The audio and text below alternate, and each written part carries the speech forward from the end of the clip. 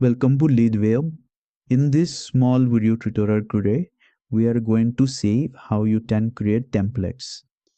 In the left main menu, select templates main menu. It will show you all the templates you already created. When you click on create templates, it will show you different categories. The reason why we have a different categories, because when you see the list, by looking at the name and type, you'll be able to identify what kind of a template it is.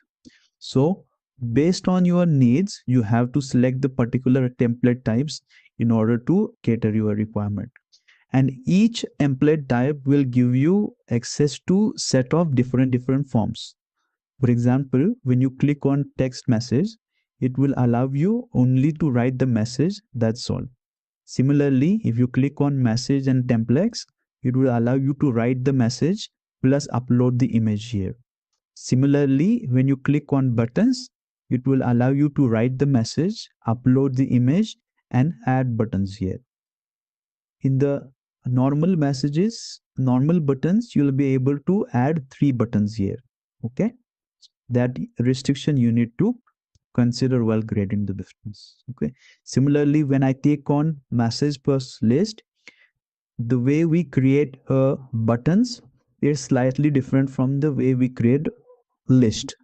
So when you are creating the list, you have to add sections here and specify each and every information here. Within the section, you can add more rows to cater different requirements. When you click on mixed interactive button, you will be able to create 5 different buttons. Leadway is the only application available in the market wherein you can send message by adding 5 buttons. 2 quick replies, 1 call to action URL, 1 call to action phone, and copy pop. Similarly, we have provision of carousel messages also. In no similar application available in the market, carousel messages are going. So the way we create carousel is different than the way we create buttons, list, and mixed interactive buttons.